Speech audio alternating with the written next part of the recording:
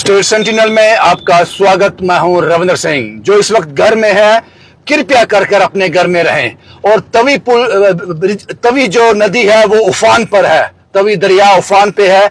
नीचे से तवी का पानी जो है पुल के साथ टच हो रहा है। इसका मतलब जो है कि आपको ऊपर से पुल सेफ दिख रहा है, लेकिन नीचे से पानी उसको चोट पहुंचा रहा है। इसका मतलब कभी भी पुल क्षतिग्रस्त हो सकता है। भगवती नगर पुल क्षतिग्रस्त हो गया। फोर्थ ब्रिज जो है भगवती नगर, वो तवी ब्रिज क्षतिग्रस्त हो गया। इसलिए मैं आप लोगों से रिक्वेस्ट करता हूं कि जो लोग अननेसेसरी पुल के पास वीडियोस बना रहे हैं, जो मीडिया के नहीं है, आम लोग हैं, पुलिस को उनके खिलाफ सख्त कार्रवाई करनी चाहिए। अगर हो सके तो डंडे बरसाने की नौबत भी आए तो बरसा देने चाहिए, क्योंकि वो लोग समझ नहीं रहे हैं कि स्थिति कितनी, हालात कितने खराब है।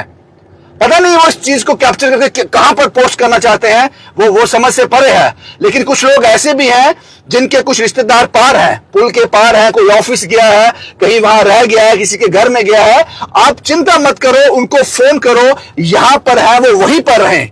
उनको वहां से निकलने के लिए मत कहो। मुझे पता है कि आप लोग परेशान हो, लेकिन जो लोग अननेसेसरी तवी दरिया के पास फोटो खिंचवाने के लिए जा रहे हैं, पुलिस को मुझे लगता है उन पर सख्त कार्रवाई करनी चाहिए। वो अपनी जान तो खतरे में डाल रहे हैं, उसके साथ साथ जो रेस्क्यू टीम के लोग हैं, जो लोग वॉलंटियर बनकर सामने आए हैं, जो लोगों को संभालना चाहते हैं, उनके लिए मुश्किलें खड़ी कर रहे हैं। स्क्वाश यूनिवर्सिटी चट्टा, वहां पर कुछ स्टूडेंट्स जो है वो फंसे हुए हैं। अभी कुछ देर पहले मैंने देखा वो स्टूडेंट रो रहे थे, चिल्ला रहे थे और ये कह रहे थे कोई हमें आकर बचा लो। हालात ठीक नहीं है। अभी कुछ देर पहले मैंने आपको बगलोल नाला, रुई मोड़, शेरगढ़ की तस्वीरें दिखाई। यहां पर कम से कम 70 से 80 मकानों के अंदर लोग हैं, और जिनके फर्स्ट ग्राउंड फ्लोर पर पूरा पानी है, 10-10, 12-12 फुट पानी है। वो लोग फर्स्ट फ्लोर पर चढ़ गए अपनी जान बचाने के लिए और इंतजार कर रहे हैं कि कोई आए। और वही हालात जो है स्क्वाश यूनिवर्सिटी चट्टा की है। यहां पर स्टूडेंट इंतजार कर रहे हैं, शायद वहां कुछ रेस्क्यू टीमें पहुंची भी है। हालांकि मुझे अभी कंफर्म नहीं है इसके लिए, लेकिन वहां पर हालात ठीक नहीं है। उसके बाद कई ऐसे घर, कई नहीं बहुत सारे घर, ज्यादातर घरों में पानी घुस गया है। अभी सैनिक कॉलोनी से फोन आया था, वहां की हालात भी ठीक नहीं है। वहां लोग कह रहे हैं कि हालात बस से बदतर है। अभी कुछ देर के लिए यहां से मैं ट्रेवल कर रहा हूं, यहां पे थोड़ी देर के लिए बारिश थमी है, लेकिन आगे पीछे का हाल मुझे पता नहीं। लेकिन आप लोगों से रिक्वेस्ट है, अननेसेसरी घरों से बाहर मत निकले। अगर आपके रिश्तेदार, आपके दोस्त, आपके जानने वाले, आपका बेटा, आपकी बेटी, आपकी माता, आपके पिता कहीं बाहर है, तो उनको कहिए कि वो वहीं पर होल्ड करें।